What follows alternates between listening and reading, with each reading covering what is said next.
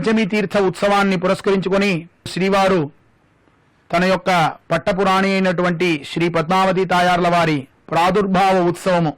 పుట్టినరోజు పురస్కరించుకొని స్వామివారి వక్షస్థలంలో వేయించేసి ఉన్న వ్యూహలక్ష్మికి ఆ రోజు విశేషమైన అభిషేకము, స్వామివారు దివ్యమైన ఒక వస్త్రాన్ని సమర్పించుకొని దివ్యమైన ఆభరణము, దివ్యమైన మాలికలు, పసుపు కొమ్ములు, పసుపు చెట్టు, పసుపు, చందనము